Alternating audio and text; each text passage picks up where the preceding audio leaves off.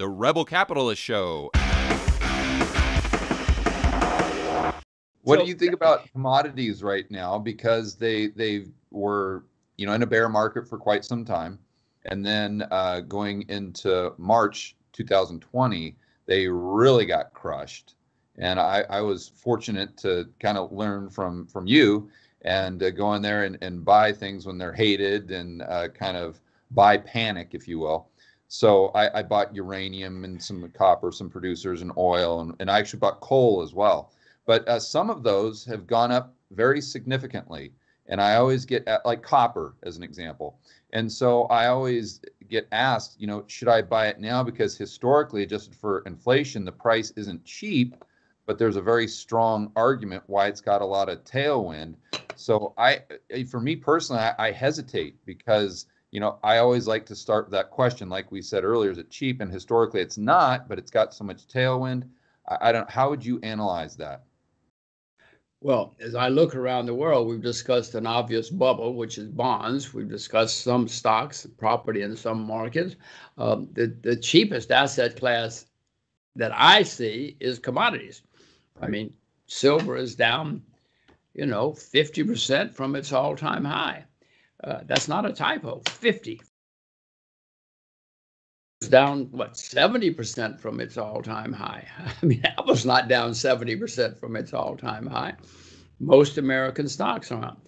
So commodities are, to me, the clearest, cheapest asset class in the world as we speak. Oil is down 50% from it, more than 50% from its all-time high, et cetera, et cetera.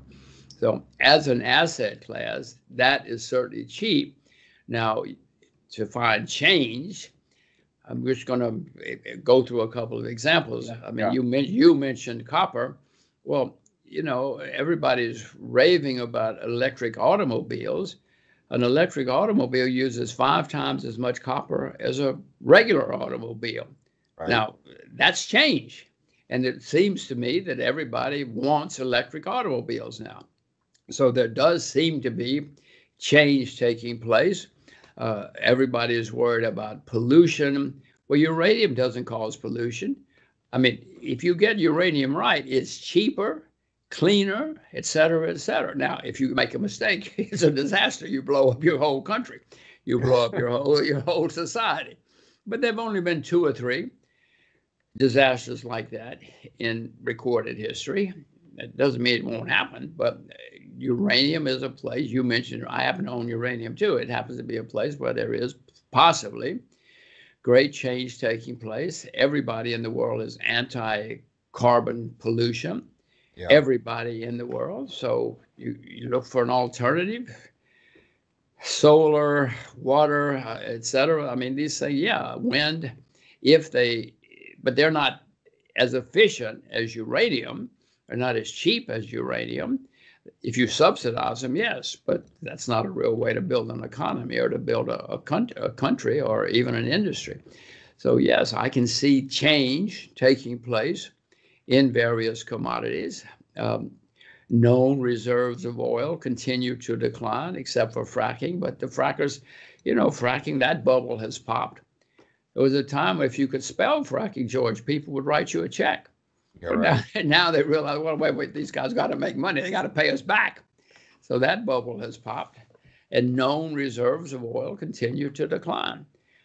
So I can see reasons, changes taking place in commodities where maybe one can make some money going along commodities. And as you can see, I do own silver. I plan to buy more silver somewhere along the line. I don't know when. And whether silver is a inflation hedge or not, it doesn't matter. People will believe it is before this is over. And if they're all rushing around, if all the 28-year-olds are rushing around and say, oh my God, let me tell you about silver, it leads to a bubble. I would expect, the all-time high on silver was $50 an ounce. Wouldn't surprise me to see it there again before this is over. Yeah. What do you think of coal? Well, I own some coal. I'm a director of a coal company. We all know the negatives on coal. If you don't, you should watch George Gammon. He'll tell you. And yes, but coal is still, for better or for worse, a cheaper source of power than most other things all over the world. And many parts of the world, India, China, have to have coal. Their whole economy is built based on coal right now. It doesn't mean they're not trying to change. They are trying to change, of course, but it takes a long time. And in the meantime, there are not a lot of people rushing out and opening coal mines. I mean, it's not, I don't know how many kids are coming out of Caltech saying, I'm going to be a coal engineer. A coal miner. I'll say, I'm going to Palo Alto. They don't care about coal engineering. They care about Palo Alto. So I'd rather own coal than not own coal. I think there are probably better things to own, but no, I certainly own coal. Yeah, but I think the lesson there is that so many people, especially with commodities, they really get hyper-focused on the demand side of the equation. And quite often they forget the supply side. And that's extremely perceptive of you, because commodities are supply and demand. I'll tell you one quick story. You know lead. You probably remember when there was leaded gasoline. Yeah. Oh, yeah. We all remember when there was lead. Lead was in paint. Then they came along and they took lead out of paint and they took lead out of gasoline. So you would think, oh my God, the two largest sources of demand for lead have disappeared. Lead's going to be an unmitigated disaster. Well, you go back and look at history, and you see the lead went up a great deal, and that's because the supply went down. All the lead miners said, there's no demand for lead anymore. What the hell am I doing? I'm going to go to Palo Alto. I'm not going to sit here mining lead. Well, there was no supply, and lead still have some uses, and so the price of lead went up a lot. So to your point, and you make a very good point, it is supply and demand, and you can have demand destroyed, but if the supply is destroyed more, you have a bull market. Yeah, well, I never knew that.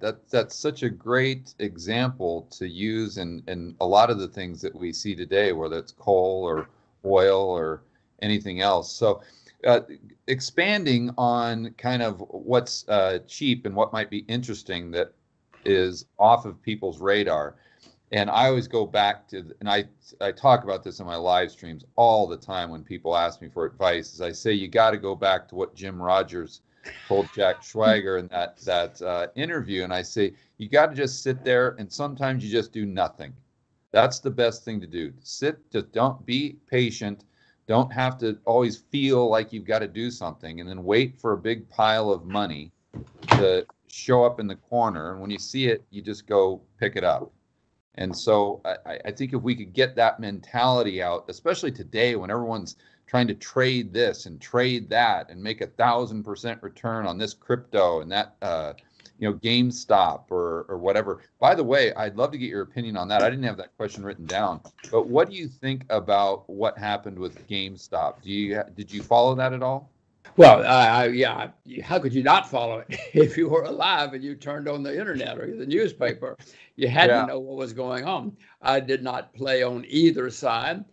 My main surprise is, I shorted many stocks. One of the first things I always do is I look at the short interest. The short interest is public.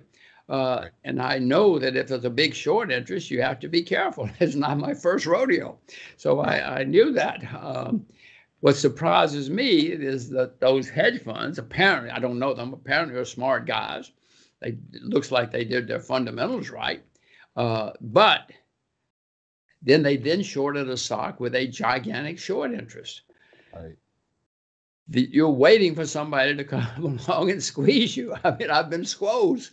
I know about I've been short. I know about short squeezes in my day. That's why I learned.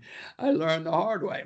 So yeah, I saw that, and that's my surprise that anybody would short something with that big a short interest, no matter how bad the fundamentals. Now, what is then obviously the other surprise is how high the stock went. It went from what, $6 to 500 or 400 or something. Yeah. That's a huge surprise. But again, I've seen this before. So that basically, I have never bought nor sold that stock at all. And my main lesson, it's a lesson I've learned before, is check the short interest before you short something. Always check the short interest, because you can get squeezed. And I don't find anything illegal about a short squeeze. I guess what the government might say is, well, they acted in concert. It was a conspiracy, and maybe that's illegal. I don't know. I don't know enough facts to know, but to me, it's just these guys were smart guys. They looked at the short interest and they said, let's squeeze them. And they did.